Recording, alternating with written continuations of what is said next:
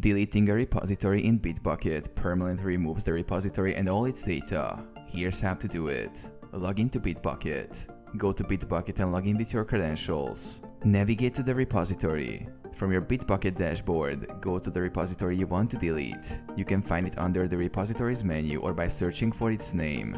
Access repository settings. In the repositories page, click on repository settings located in the left sidebar. This opens the settings menu where you can manage various aspects of your repository. Locate the delete option. Scroll to the bottom of the settings page. Look for the danger zone section where you will find the delete repository option. Confirm deletion. Click on delete repository. A confirmation dialog will appear asking you to confirm the deletion. Type the repository name to confirm as prompted and then click the delete button.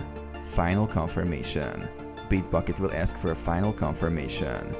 Ensure you have selected the correct repository and are sure about the deletion, as this action is irreversible.